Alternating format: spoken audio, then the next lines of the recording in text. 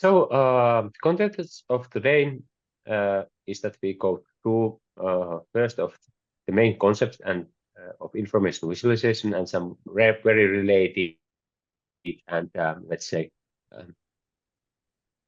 concepts that are part of this all work.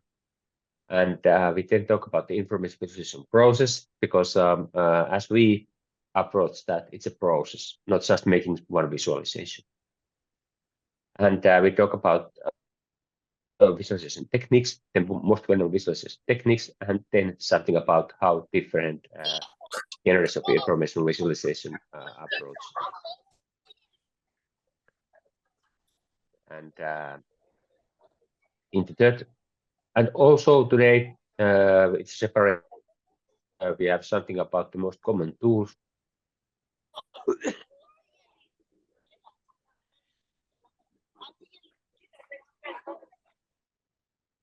The first pause, let's see how many we are going to have those. And we are going to talk, yes, I was saying that we are going to talk about the most common visualization tools. Let's try to reach that. So, how we define information visualization? These are very well-known definitions, quite old already, like said in the initial lecture.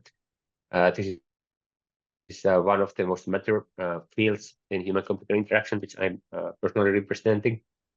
And it has been defined as the use of computer-supported interactive visual representation of abstract data to amplify cognition. Then we can have another definition, which states that information visualization is the reduction of raw information, which means data, into simpler graphical elements that use spatial variables, and those are well known, such as position, size, shape, and color. Those of you who have a media background, these are obvious.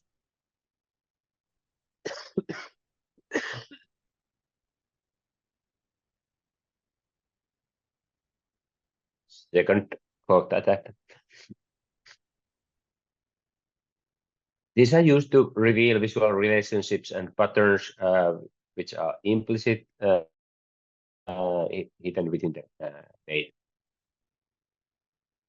There are a lot of other definitions. You can find, I think, infinite amount of definitions for information visualization, and let's not stick too much of those. But the core idea is that we want to go from pure data to more abstract and higher level representations, what they really mean. Then the first really crucial related concepts is the knowledge visualization. Basically, now we are here trying to improve the creation and transfer of knowledge between at least two people. You can see in the right side simple algorithm how to repair a lamp, and this is typical process how we can enhance. Somebody has knowledge that can be put into visual diagram, and then somebody hopefully then can utilize this to get the original like a knowledge for him or herself. But information visualization is typically helping to improve, for example, information retrieval, access, and presentation of large data sets. Knowledge visualization primarily aims at augmenting knowledge-intensive communication between individuals. But honestly speaking, please remember that these are just typical academic definitions. In real world, it's really, let's say, hard to say what is information visualization, what is knowledge visualization. And then we are coming closer to this phase. Visual analytics has been improved a lot and is going to do so. Why? It basically combines automated analysis techniques with interactive visualizations, which allow people, it can kind of give you a powerful tools for effective understanding, reasoning, decision-making on the basis of very large and complex data sets. This is not a new field. It has been here for a quite a long time, but now, of course, when AI is doing so much for us, this has gained a huge boost because we can have a lot more analysis things that were previously like a handcrafted AI tools can do for that. But still, what we need vision analytics is that they can produce, like I said in the first lecture, if there's a simple diagram into which you can summarize the data, don't do more. Usually, even the power of sophisticated AI, the data is so messy that you have to give a tool for the users to explore the data, to understand that, reason what is behind it, and then use that for decision making. Decision making is mostly the thing that we use these techniques. And like we are going to hear soon, these things are not just single visualizations. They are kind of processes, approaches for decision making, combining different visualizations, the power of human and data analytics. So here the data analytics is emphasized, and as I said, of course, AI is contributing a lot of this.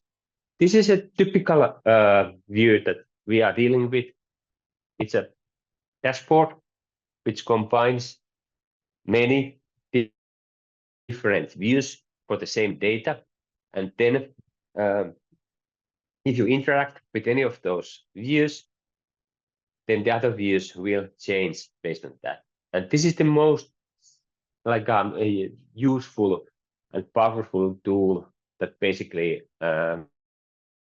we can give to the user. You present several views. You can select the views. Users can customize those, and then users themselves can export the data. And that's like that defines simple datagrams and things that, for example, journalists used to do. That they selected what is viewed. Now it's opposite. You just give tools, and the users decide what they want to see. This is kind of like a dramatic change in this thinking. Wait a little.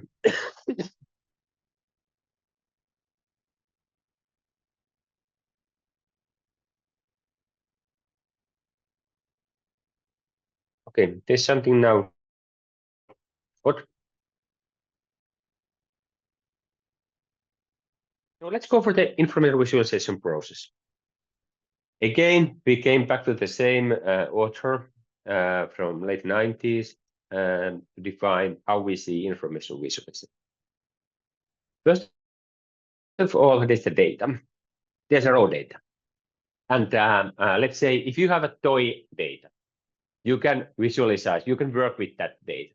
But often the amount of data is so huge today, even a single machine is producing huge data. And all of the data sources are also, most of them are quite complex. So you need to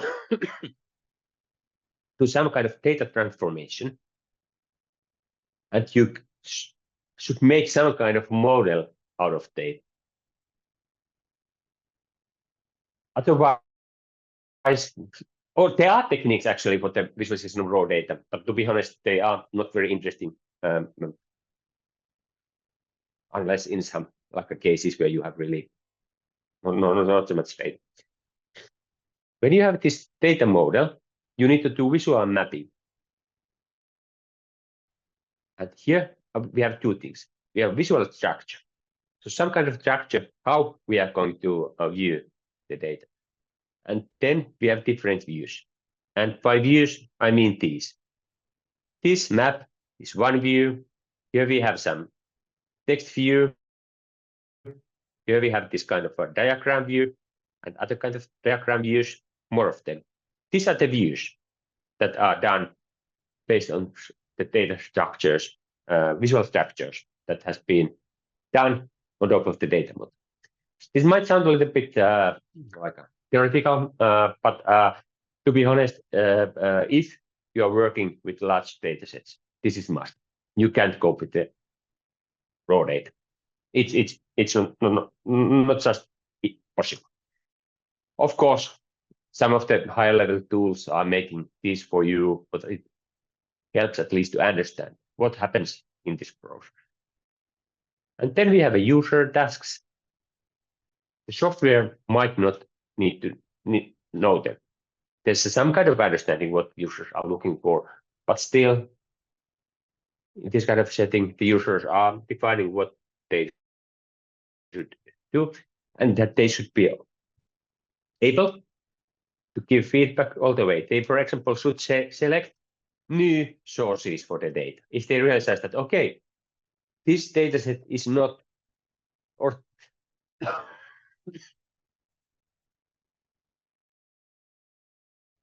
this dataset is not providing the information that I'm needing, so then they need to select another dataset. Of course, it can be by dataset, I can mean that the one that we are currently visualizing is only part of a larger dataset. So we are, in fact, referring by selecting a dataset to a subset of the dataset, because sometimes they are so huge that you cannot deal with them.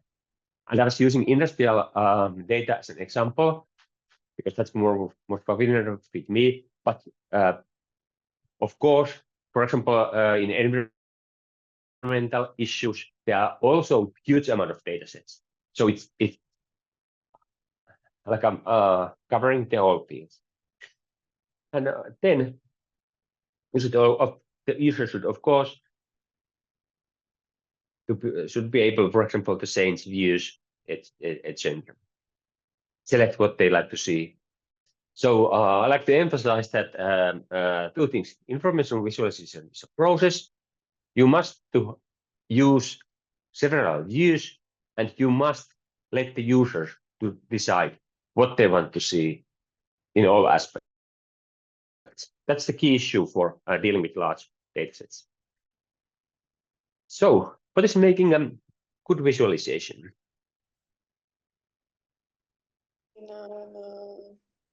There should be information, data, there should be a story, there should be a goal, and there should be a good visual forms. And I like to emphasize this story part, because we are telling stories for people, and that doesn't, I mean, that is fact, regardless of if we are talking industrial machinery data or artistic data. We are telling stories. Story is the way to convey its narrative for this information, so user is not left for exploration of random data sets. So there are a lot of aspects which need to be taken into account. So any questions before we go for the actual visualization techniques? And like I said, we are not covering all of them, but just the basics, because this is a huge array.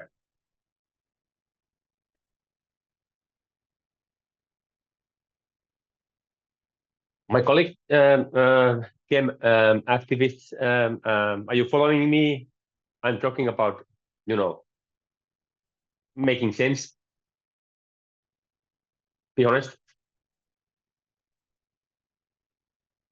Sophie, Kim? Hi, yes, I'm following, and it makes sense. I'm quite curious to hear what you're saying and what you're talking about, and would love to have more of a discussion about it.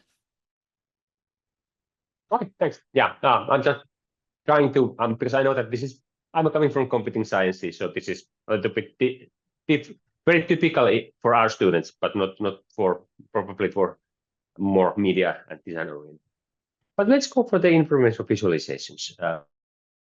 This is the basics, and this apply regardless of where you are from. I mean, any kind of visualization, if it represents, like I said, hardcore industry data or more artistic approaches, if you want to make a visualization out of that set, there are several ways to do it. Basically, we can divide between geometric visualization, graphs, and pixel-oriented visualizations. Geometric visualizations can consist of point-based, line-based, area-based. With graphs, we can have hierarchical or arbitrary.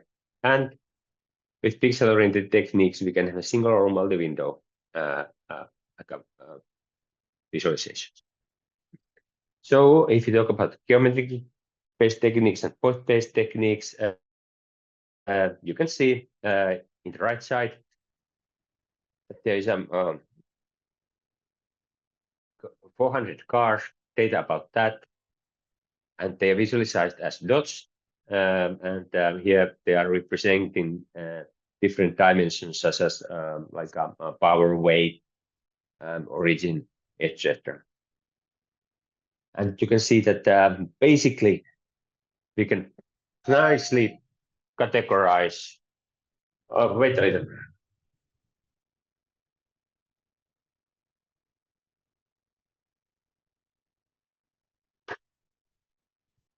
Yeah. Yes, I was saying that now in this categorization, we can see that indeed, at least the time of this was made, this is a little bit more than 10 years old. Those different characteristics of cars map quite well for 5 clusters, which are Japanese, European, American, etc. So basically, these kind of techniques are very good, especially in the beginning of the visualization process. You can compare certain data characteristics. You can identify outliers or irregularities in the data. And that's sort of important because, like I said in the first lecture, not all data sets are clean. They contain messy data. And especially in the beginning, it would be really good to see if there are some peculiarities. You can then go see if you exclude them or do something for them before putting them into the, for example, automatic analysis. And also, you can recognize relationships among data entities. This is really important, and that's why mostly these kind of visualizations are used in the beginning. Also, all kind of unexpected or previously unknown clusters and patterns are really interesting because we have often, when we work in some field, we have a assumption of what the data should look like, and when it does not do so, we can learn more.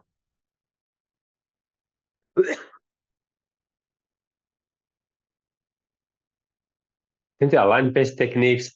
They are basically utilizing orthogonal or parallel axes, which visualizes data values and dimensions and their correlations. These are not maybe the most easiest to read in the beginning, but they are like a line graphs and parallel coordinates, which are examples of this. Then area-based techniques. These are favored by many because they look nice.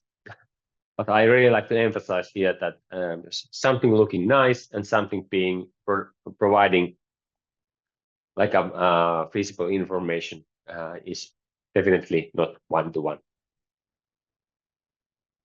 So there are a lot of names: region-based, space-based, filling. So basically, they use fillet polygons or spaces show the dimensions of the data. Size, shape, and the color can be utilized for visually representing additional dimensions of the data. These include the bar charts, tree maps, etc.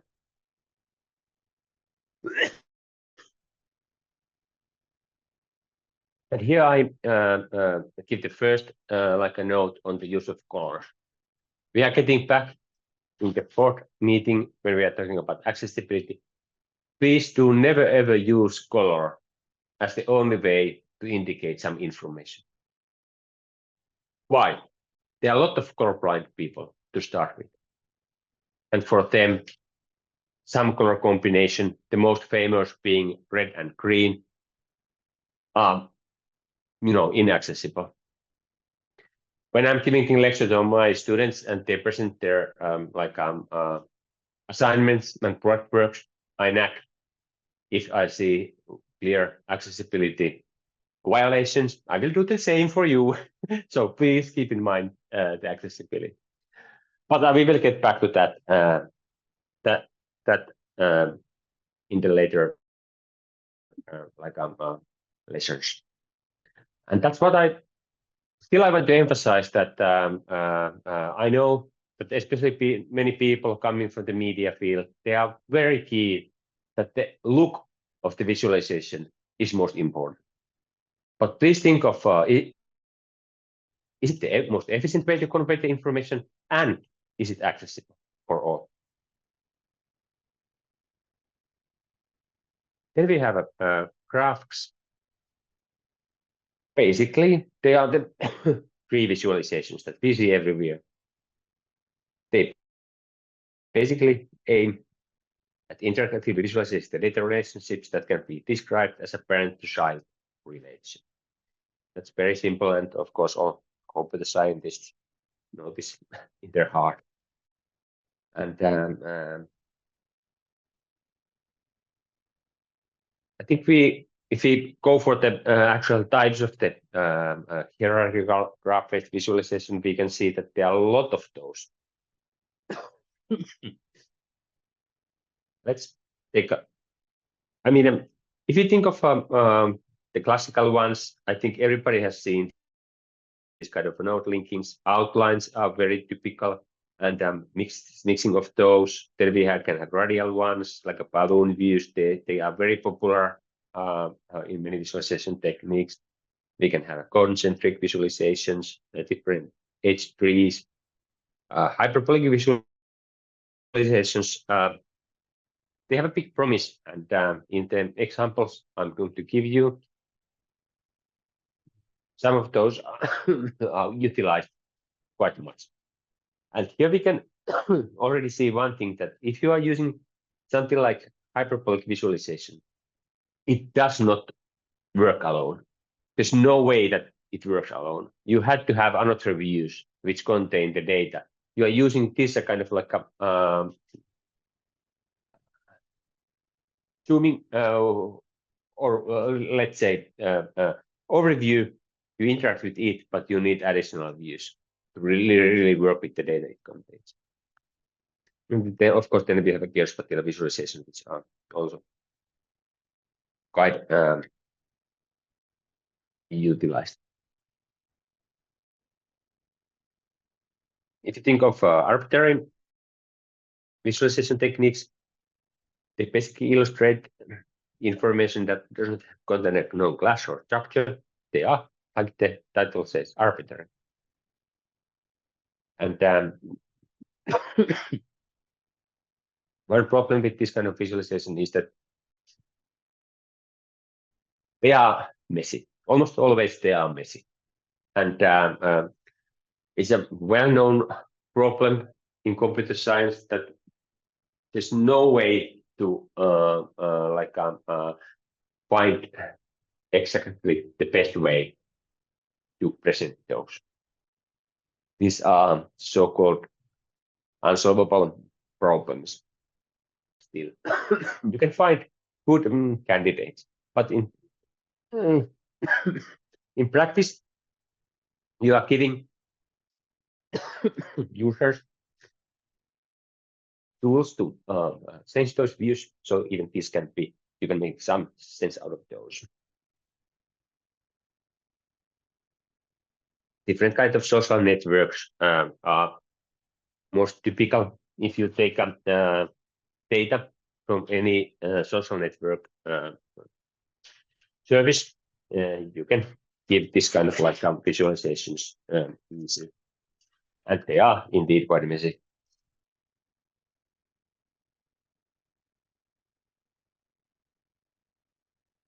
Here you can see visualizations that are based on those. We are not really going for those closely, but basically, if you are interested in, you can find more information on the web. Then we have pixel-oriented techniques. Those are the most simplest one in many ways. So basically, one value in a data set is mapped one pixel on the screen. And you can present them related to the dimensions that we are interested in. You can use the visual attributes of color, brightness, hue, saturation, or grayscale.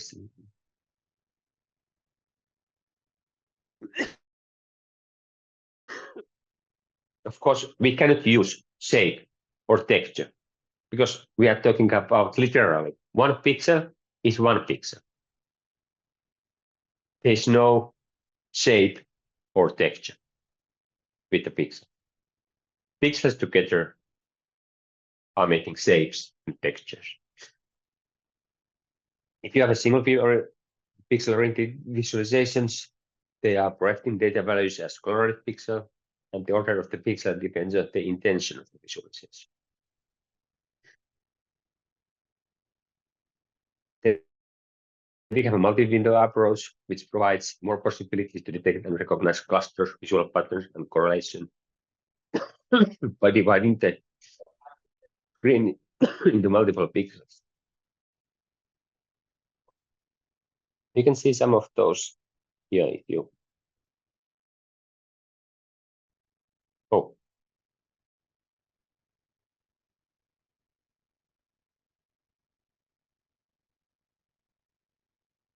Actually, there's no visualization on that here.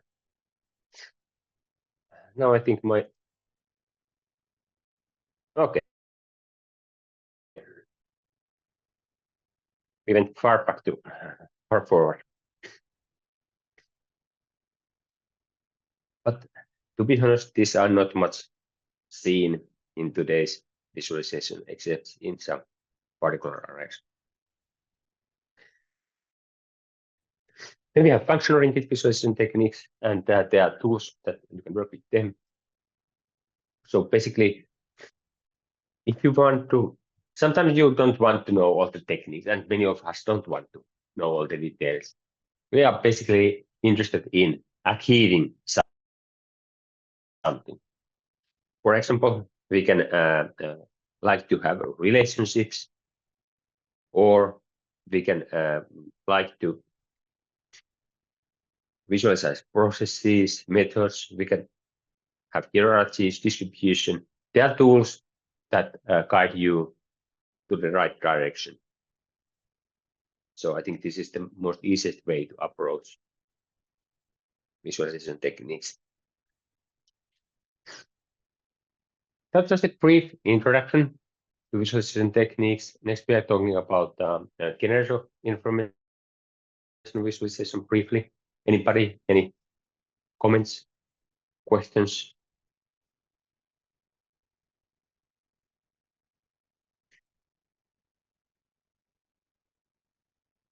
All clear, right?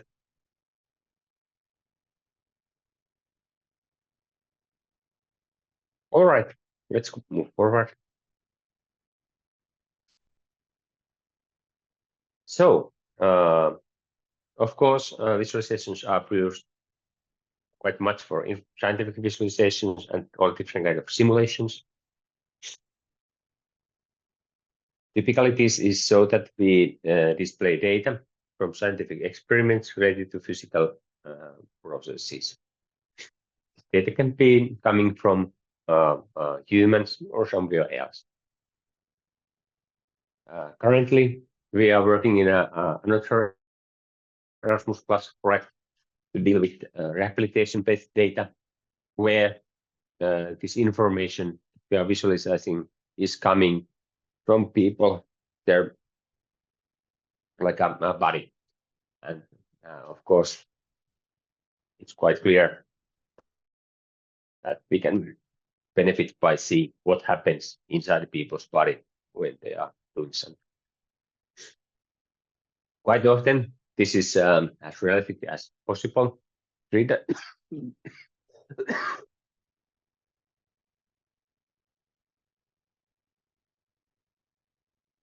It's quite, or people like to have this realistic. If you are representing human body data, it would be really good that it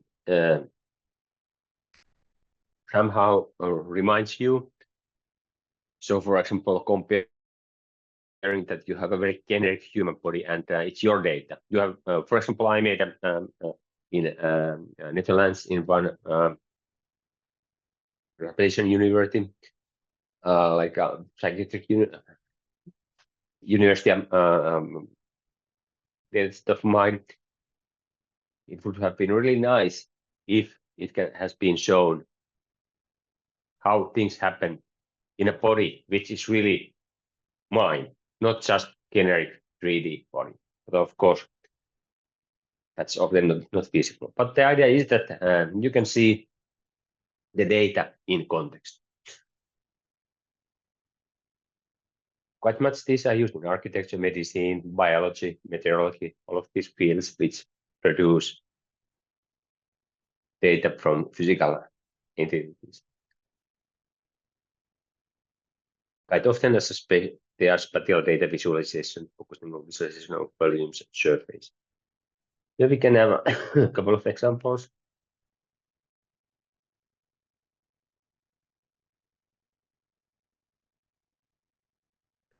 This is basically ocean data. And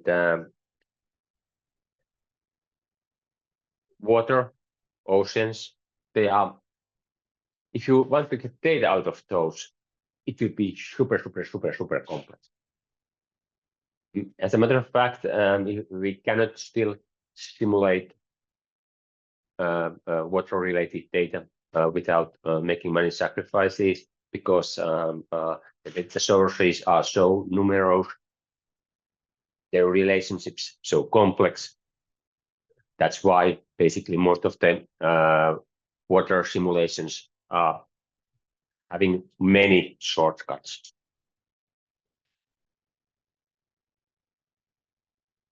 Can we have this kind of like a graphic looking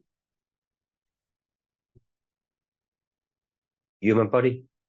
As you can see, we can visualize internal organs.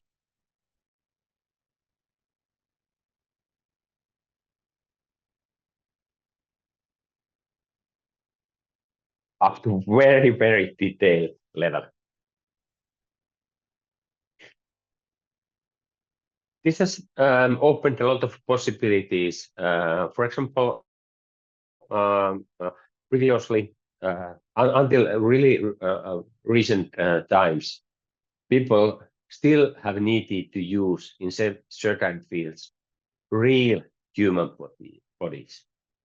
Nowadays, there are available such a data visualizations which allows people in many fields to get rid of dead bodies which they previously needed to cut and see what happens. This might sound like this is not true, but actually it's only recently these visualization tools have become accurate enough to remove this kind of need.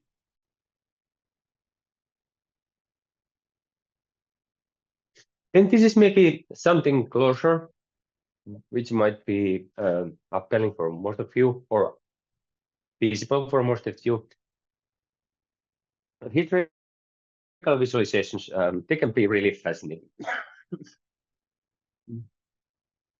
So if you're a documentary or even, let's say, any kind of media content which deals with historical data, it would be really nice to include efficient visualizations. And this is surprisingly not often used, for example, in movies. I miss those all the time. It's really annoying that you had to take your Wikipedia when you are watching something and dig the information there. Why are the documentary or movie producers offering this historical visualization for us and other data sources? I think here we have a big promise. And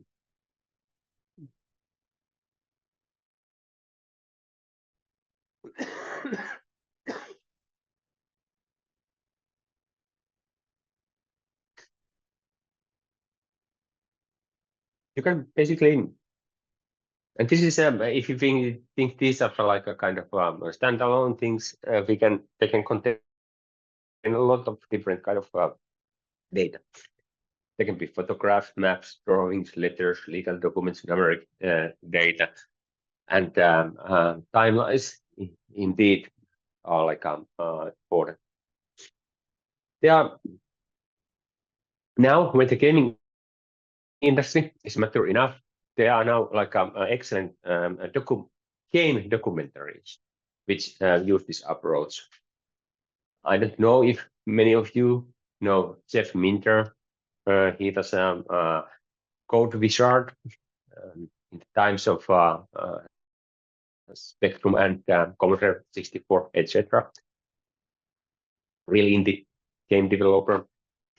And there is now a historical like a game documentary game released, and the nice fact is that it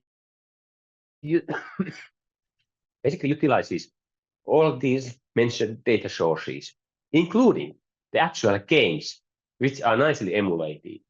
So the documentary does not talk about games. It shows drafts, etc. These are all known for web services and for documentaries. But now you can actually play the games industrially. Okay, Jeff made Attack of the Mutant Camels at that time. Well, I have to play it. I go for playing it. Nowadays, we can have really interesting historical visualizations. There was a big movement for this, which started roughly 10 years ago. It has not ended, but the heydays of that are now gone, which was related to digital humanities, when humanistic people realized that, come on, computing sciences and can actually provide us really powerful tools to deal with historical data. Here we have a couple of examples.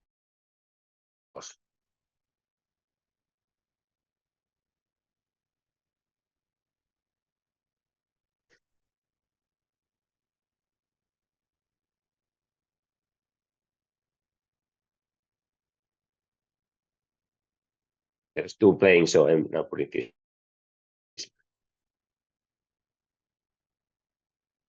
On the right side, on the left side, you are seeing how cultural centuries have raised over a long period of time. I personally like a lot of these kind of historical visualizations which span a lot long amount of time, because my assumptions, my view of history is often really biased, and those often open the eyes. Okay, that's what really happened.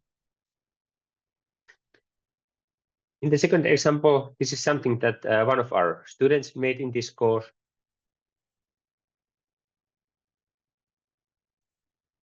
It was actually covering the whole human history, or basically from Big Bang to these days. Really nice visualization made by just one student at one point. All right. Then we have infographics. They are popular. They are kind of like subset of information visualization, and journalists quite often explain complex processes in an attractive, clear, and direct graphical depiction. And quite often, aesthetic factors emphasized on these. And like I said, my background is in computing sciences, and my viewpoint that this is more computer science. But if you take information visualization book from more media-oriented fields, they probably tell a lot more about infographics. And they have two-dimensional static images with high production value, handmade things quite often. Here we have some examples. On the left side, we have this poppy diagram. It's a little bit controversial, maybe, because it's visualizing soldiers who have died in the recent wars by flowers. The more people died, the bigger the poppy is. And of course, this is the World War II, this is the World War I, and so on. Also, there's a nice example of from our own students. Or actually, yeah, this is one of our students. In this,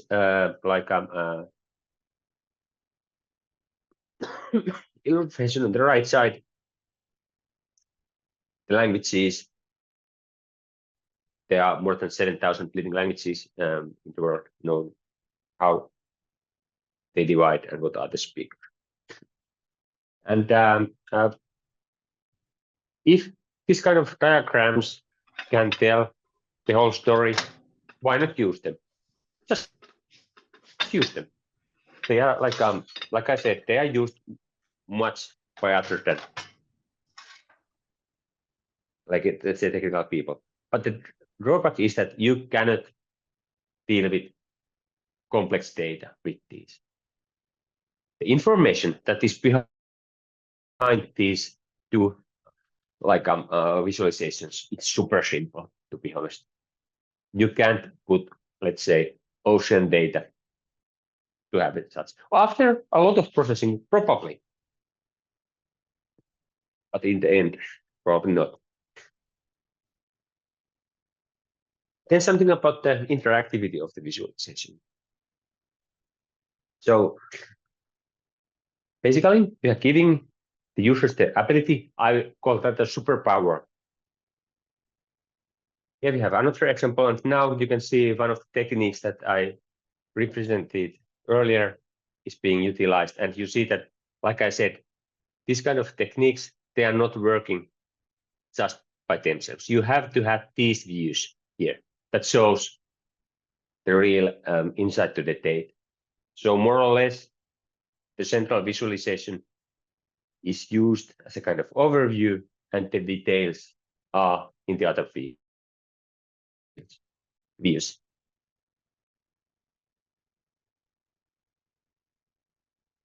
And of course, we have a physical and tangible visualizations. They use some physical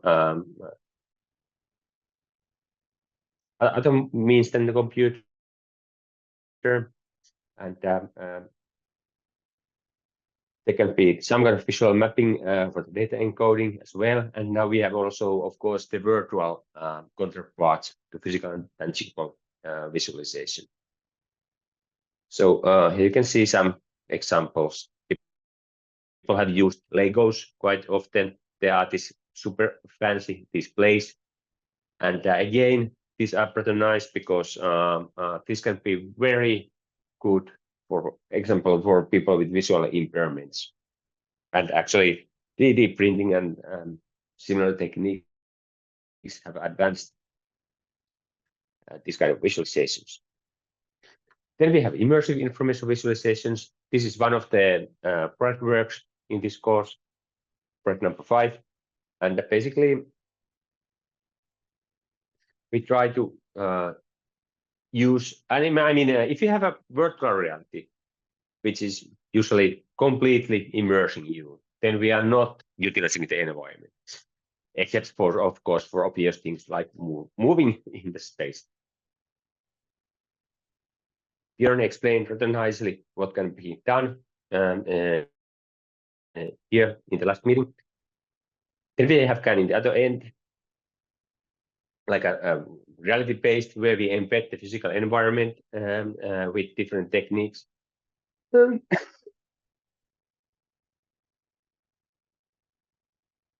For example, simple intelligent lighting interfaces. We are using the room lights to convey information. That is, for me, an immersive visualization towards like the real embedding like information to the environment.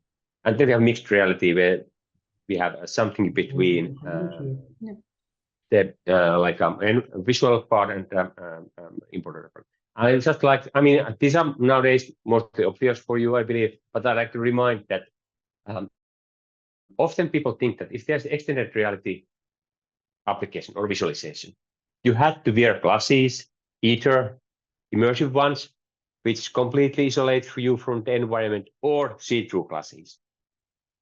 But also extended reality is that you put something in the environment and use that to display relevant digital information as a part of the environment.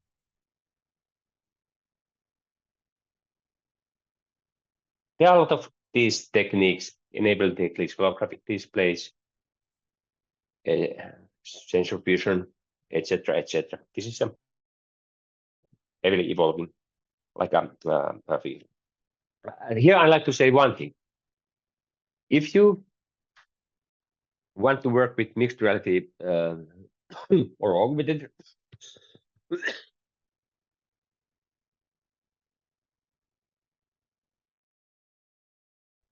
reality like solutions, please think of how the fact that you are seeing both the environment and the visualization really supports each other. Quite many times, so-called augmented reality solutions are better in virtual reality because they don't really like utilize the physical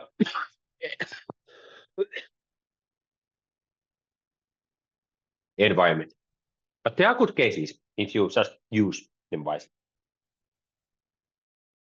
Here we have one example. Quite already now, we still don't have it, except in some demos. Let's see, there is a long curve for these.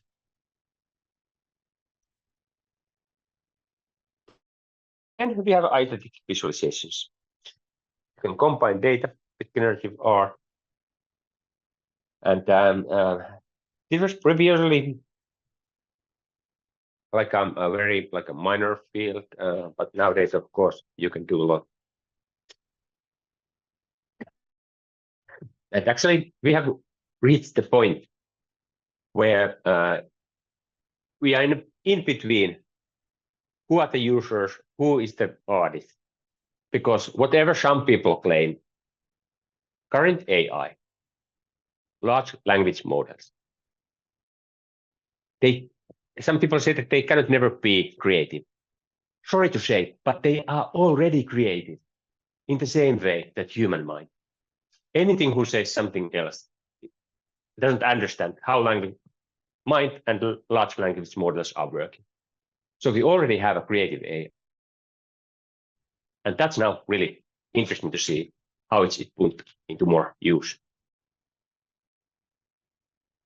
All right, there are references, but I think we'll skip those because we have still a couple of minutes. Well, maybe it's better that we are not going for those tools. This was taking longer than I expected because I really have problems with my voice, as you can hear. I hope that you didn't hear too many like working sessions, but I would now have a rather to have a short feedback and questions from you, and then we move to the next part.